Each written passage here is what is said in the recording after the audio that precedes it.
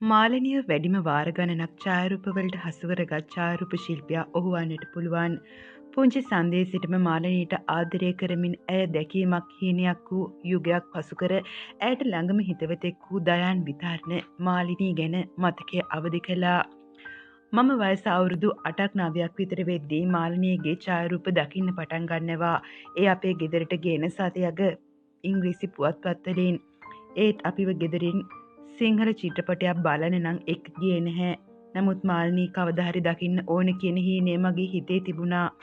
මම ඉස්කෝලේ ගියේ අපේ නිවස අසලම තිබුණු මාතලේ ශාන්ත තෝමස් විද්‍යාලයට.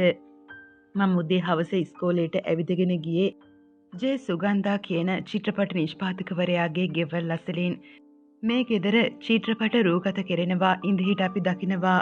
එක දවසක් මම පාසල ඇරිලා ගෙදර එද්දී ඒ ගෙදර රූගත කිරීමක් කරනවා. එම දර්ශනයට පෙනී සිටියේ මාලිනී ෆොන්සේකා සහ සුමනා අමරසිංහ කියන ජනප්‍රිය නිලියන් දෙදෙනා. මමත් නතර වෙලා මේ දර්ශනය දෙස එබී බලා හිටියා. ඊට පස්සේ මට කවදාවත් මාලිනීව දකින්න ලැබුණේ නැහැ. මම කොළඹට ඇවිත් ටික කාලයක් යද්දී මගේ සංගීතයට ඇති ලැබියාව නිසා බණ්ඩාරනායක සම්මන්ත්‍රණ ශාලාවේ පැවැත්වුණු නන්දා මාලිනීගේ සත්‍ය ගීතයේ ප්‍රසංගය බලන්න මම ටිකට් පතක් ලබා ගන්නවා. එම ප්‍රසංගය බලන්න මාලිනී ෆොන්සේකා ඇවිත් හිටියා. ඇය සමග සනත් ගුණතිලකත් හිටියා. එදා මම මාලිනී ළඟටම ගිහින් ඇගෙන් සමරු සටහනක් ලබා ගත්තා. අදත් මා ළඟ ඒ සමරු සටහන සුරක්ෂිතව තියෙනවා. ඔය අතරේ මම කැමරාවක් අරන් ඡායාරූප ගන්න පටන් ගන්නවා. එක දවසක් මගේ කැමරාවක් ගමන් මල්ලේ දමාගෙන කොළඹ නගරේ ඇවිද යද්දී මාලිනී ෆොන්සේකා පාර අයිනේ වාහනයකට හේතු වෙලා ඉන්නවා. තවත් පිරිසක් එතන ඉන්නවා මම දකිනවා. ලං වෙලා බලද්දී එතන චිත්‍රපටයක් රූගත කෙරෙනවා. මම මාලිනී ෆොන්සේකාට ලං වෙලා ඡායාරූපයක් ගන්න දැහුවා. ඇය බොහොම නිර්හංකාරව ඇයගේ ඡායාරූප ගන්න මට අනුමැතිය ලබා දුන්නා. ආධුනිකයෙක් වූ මට ඇයගේ ඡායාරූප ගන්න ඉඩ දුන්නා විතරක් නෙවෙයි කොහොමද ඉන්න ඕන කියලාත් අහලා මම කැමති ලීලාවෙන් තමයි ඡායාරූපෙට පෙනී හිටියේ. පස්සේ කාලෙක අපි කොළඹ පදිංචි වුණ ගෙදර කොටසක පුංචි කාමරයක පොඩි චිත්‍රාගාරයක් හදාගත්තා.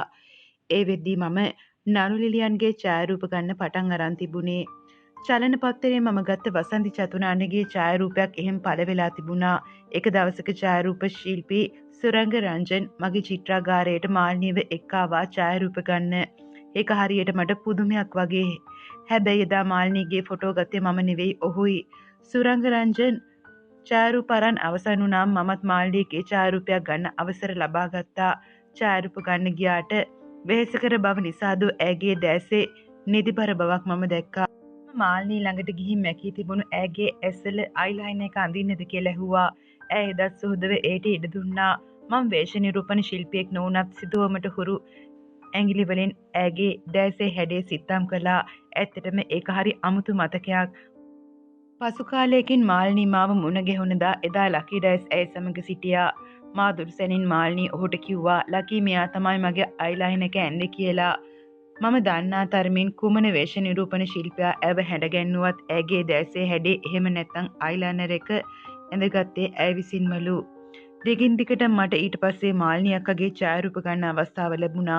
ඇය බොහොම සුන්දර ලෙස හැඩවෙන සෑම අවස්ථාවකදීම වාගේ මගේ කැමරා කාචයට ඇය අසු වුණා. ඒ අතර 2003 වසරේ පැවැත්වුණු මාලිනීගේ උපහාර උත්සවයේදී හැරිස් විජේසිංහ මහතා මාලිනීව විවිධ විදියට හැඩගැන්වුවා.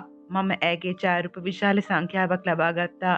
ඒ මතකය අදටත් මා ළඟ සුරැකිව තියෙනවා. 2017 මාලිනී අක්කට බයිපාස් සැත්කමක් සිදු කරන්න වෙනවා. එදා සැත්කමට පෙර ඇය වෛද්‍යවරයාගෙන් විමසන්නේ මේ සැත්කම කරලා මට දෙසැම්බර් රිදී රැක් ප්‍රසංගයට නටන්න පුළුවන් වේද කියලායි. තමන්ට බයිපාස් සැත්කමක් සිදු කරන්න සිදුවන බව දැනගෙන ඒකට ඇය මුහුණ දුන් විලාසය ගැන වෛද්‍යවරයා පවා පුදුමව තිබෙනවා. මොකද තමන්ට බයිපාස් සැත්කමක් කරනවා කිව්වම් බොහෝ දෙනා අතිශය කම්පාවට පත් වෙනවනේ. නමුත් ඇය මේ සැත්කමෙන් පසුව කරන දේවල් ගැන හිතන මට්ටමට ඇය ශක්තිමත් වුණා. 2019 දී මට මාලිනී රංගපාන මොනරවිලක් චිත්‍රපටයක රංගපාන ඇරියුමක් ලැබුණා. එදා තිර පිටපතවත් නොකියවා මම එහි රංගපානවා නම් මට මාලිනී එක්ක රංගපාන අවස්ථාව තියෙනවද විමසුවා. මට මාලිනී එක්ක රංගපාන දර්ශන තිබෙන නිසාම මං ඒ චිත්‍රපටයේ රංගපෑමට එකග වුණා. ඒ චිත්‍රපටයේ සනත් ගුණතිලකත් රංගපෑවා. අපි දවස් 10ක් විතර එකට වැඩ කළා. එම කාලය තුලින් මාලිනී අක්කා බොහෝ අතීත කතාවන් සිහිපත් කළා. 2024 මැයි 7 වෙනිදා තමයි මං ඇයගේ අවසාන ඡායාරූප පෙළගත්තේ. එදා ඇය සම්මාන උළෙලකට යන්න ලස්සන්ට හැඩවෙලා හිටියා. ඇත්තටම ඇය කවදාටවත් වඩා ලස්සන්ට මට පෙනුණා. මම ඇයට කිව්වත් එක්ක මාල්නි අක්කේ අද ඔයා ගොඩාක් ලස්සනයි කියලා. එදා ඇයව ඡායාරූප ගත කරන අවසන් අවස්ථාවද කියන අඳුරු ඡායා මාත්‍රයක් මගේ හිතේ විදුලි කෙටුවා. එදායින් පසුව කවදාවත් මට ඇයගේ රුව කැමරා කාචය මත සටහන් කරගන්න ලැබුණේ නැහැ.